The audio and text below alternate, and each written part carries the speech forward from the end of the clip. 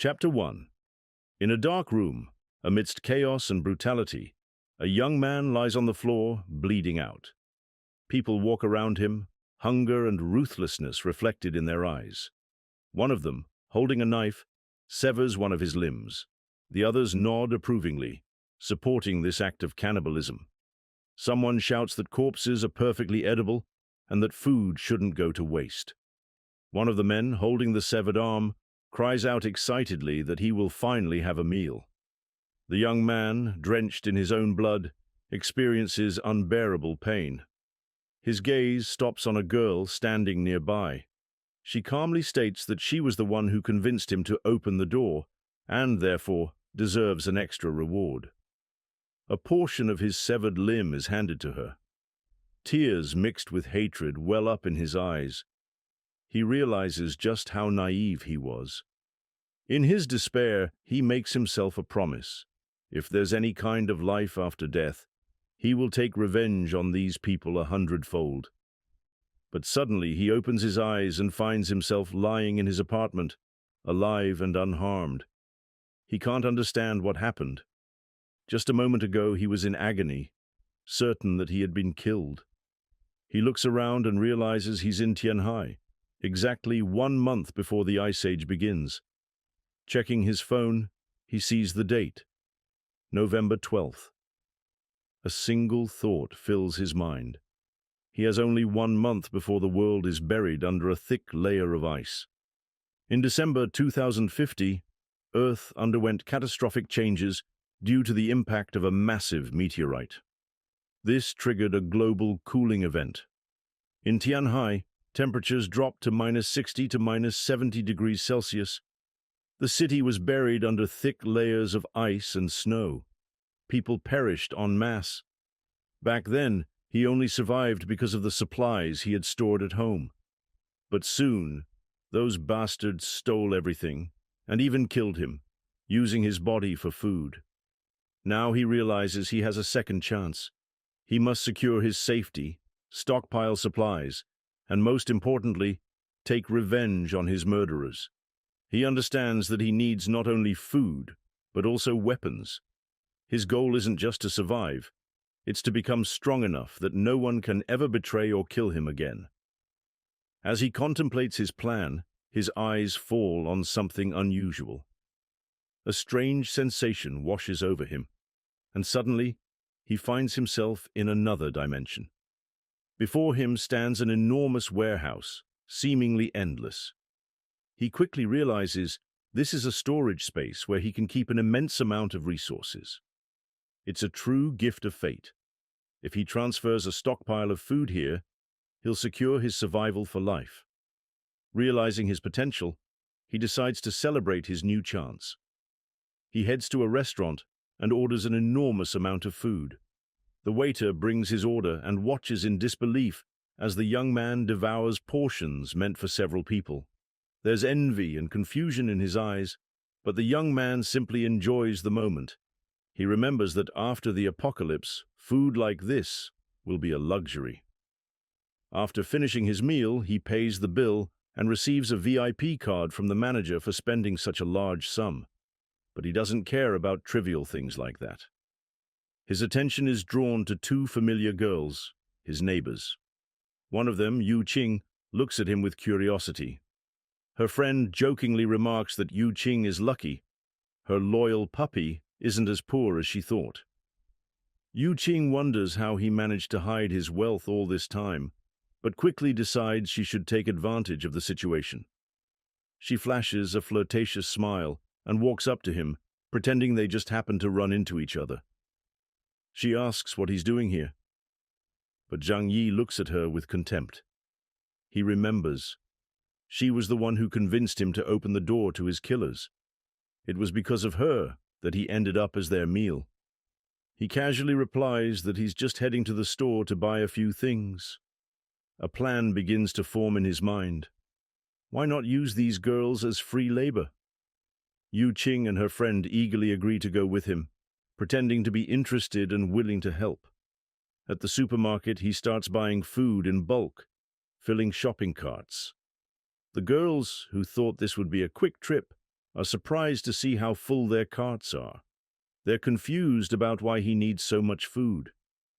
Yu Qing jokingly asks if he's planning to feed the entire city. Her friend guesses he might be going on a long trip. Zhang Yi smirks and says that anything can happen in life. He just wants to be prepared in case of the end of the world. Yu Qing laughs, calling it nonsense, but then subtly hints that they should have dinner together sometime. Zhang Yi coldly responds that he's been very busy lately and might find time for them next month. However, Yu Qing's friend skeptically looks at him and comments that people of his status usually don't waste time grocery shopping themselves. She adds that he must be quite stingy if he won't even treat them to dinner. But Zhang Yi ignores them. He already knows what he needs to do. This little scene is just the beginning of his plan, for survival and for vengeance in the upcoming apocalypse. Chapter 2. Yu Qing gently nudged her friend with her elbow, trying to smooth over the situation. She explained that her friend was just tired and that her words shouldn't be taken seriously. She reassured everyone that they were all friends and that there was no need to count other people's money. The other girl quickly picked up on this, apologized to Zhang Yi, and assured him that she hadn't meant what she said. She even complimented him on his kindness and asked if he was done shopping. Zhang Yi turned his head and smirked inwardly. He responded calmly, without much expression, assuring them that everything was fine and there was no need to worry. They headed back to Zhang Yi's apartment complex together. He didn't care if people thought he was crazy. The only thing that mattered to him was getting revenge on those who had killed him in his past life. Residents of the complex noticed their group, especially the carts filled with groceries. The head of the housing committee, who was holding a child in her arms, also took notice and immediately suspected that Zhang Yi was just stockpiling food for himself without considering others. The woman approached the girls and asked if there was a new shipment of groceries since the store had already received a delivery recently. The girls explained that these were Zhang Yi's personal purchases and that they were just helping him. The woman then turned to Zhang Yi, trying to guilt-trip him. She pointed out that he couldn't possibly eat that much food alone, and hinted that he could at least share some with her. At that moment, her child reached for one of the carts and grabbed a chocolate bar. Zhang Yi immediately snatched the chocolate bar from the child's hands, stating that it was his and that he had no intention of sharing. The child threw a tantrum, started screaming, called Zhang Yi an idiot, and even threatened to kill him if he didn't hand over the chocolate. Furious, Zhang Yi ordered the child to shut up. The woman was outraged that he was trying to discipline someone else's kid and asked if it was really that hard to give the child just one chocolate bar. She then offered another option. She promised to buy it later when she had the money, assuring him that she wouldn't trick him. But Zhang Yi remained firm. He pulled out his phone, showed her a QR code, and told her she could pay for it right now or go to the store and buy one herself. Angered by his response, the woman started yelling, accusing him of disrespecting his elders. She warned him that he would regret his actions and promised to make his life miserable. But Zhang Yi and the girls simply took the elevator up to his apartment, ignoring her threats. At his apartment door, the girls hinted once again that they wouldn't mind coming in for a visit. Zhang Yi replied that he'd invite them next time, then shut the door in their faces. Once inside, he started analyzing his next steps. First, he wanted to move all his supplies into his special dimension to test how it worked. After that, he planned to sort his stockpile and begin searching for medicine. All his purchases successfully disappeared into the dimension. Now he started thinking about heating. A fireplace seemed like the best option. Besides that, he needed to reinforce his home, turning it into an impenetrable steel fortress. However, there was still one major problem: weaponry. Crowbars, axes, bows, and crossbows were relatively easy to find. But what about firearms? He couldn't just walk into a store and buy a gun. Lying on the couch, he weighed all his options.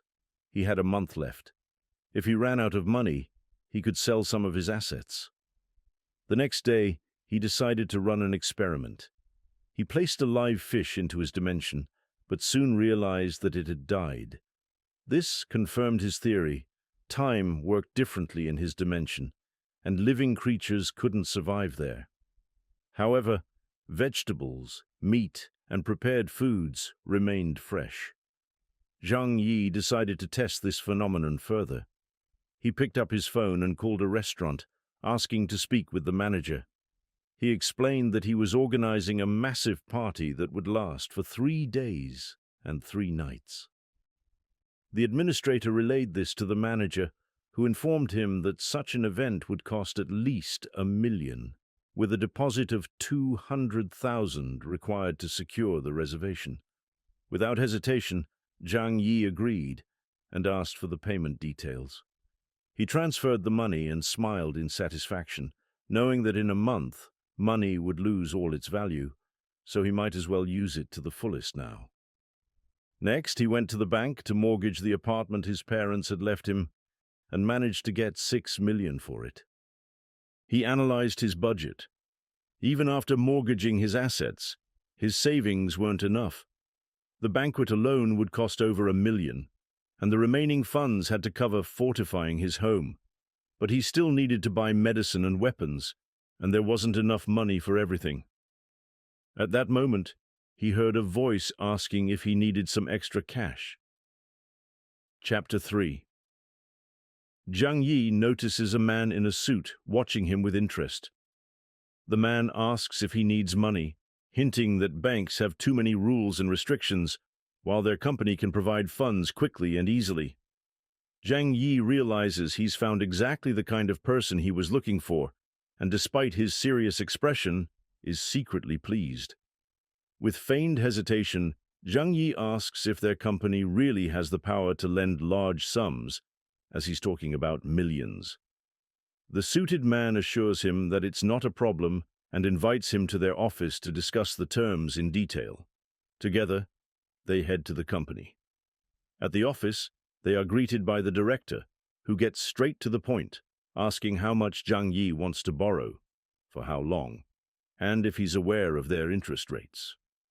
The suited man tries to persuade the director by pointing out that Zhang Yi simply needs temporary financial support for his business, and will repay the loan quickly once he resolves his issues. Zhang Yi confirms this story and assures them he's willing to accept any conditions. The director states the interest rate is 40%.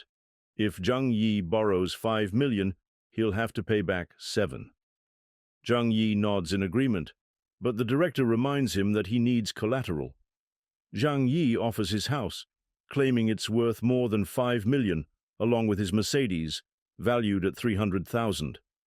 However, the director shrugs, saying the house is only valued at $4 million, meaning they can't lend him $5 million.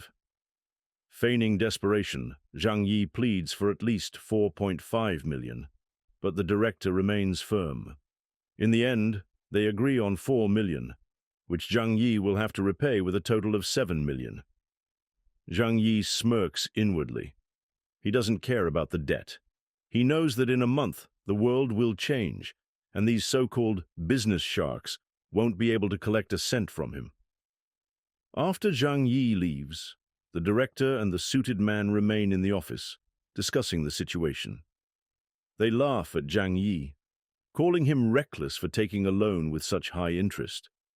The director believes he's the perfect client, as he likely has no way to come up with $7 million. The suited man promises to investigate whether Zhang Yi has any other assets. Meanwhile, Zhang Yi sits in his car, smiling as he sees the $4 million transfer notification. His total balance is now $9 million. He feels immense satisfaction. He's secured a huge sum and can now use it however he wants. With that, he heads to the Zhanlong Security Company. Zhang Yi knows this is one of the biggest security firms in China, trusted by politicians and celebrities alike. He recalls a story from his past life about the son of a tycoon who invested $1 billion into building a personal shelter. Zhang Yi admires the scale of such a project, but right now, his main concern is his own safety. A man approaches, introducing himself as Wu Hai-ren, a manager in the commercial department.